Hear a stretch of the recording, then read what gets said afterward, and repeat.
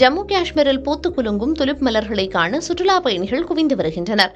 ஆசியாவின் மிகப்பெரிய துலிப் மலர் தோட்டம் ஸ்ரீநகரில் உள்ளது.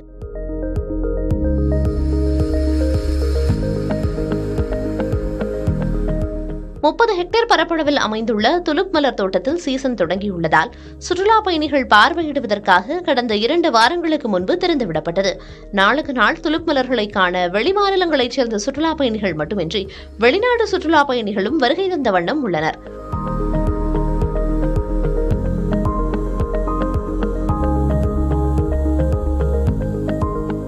பூத்து குலுங்கும் துலிப் மலர்களோடு புகைப்படங்களை எடுத்து சுற்றுலா பயணிகள் உற்சாகமடைந்தனர்.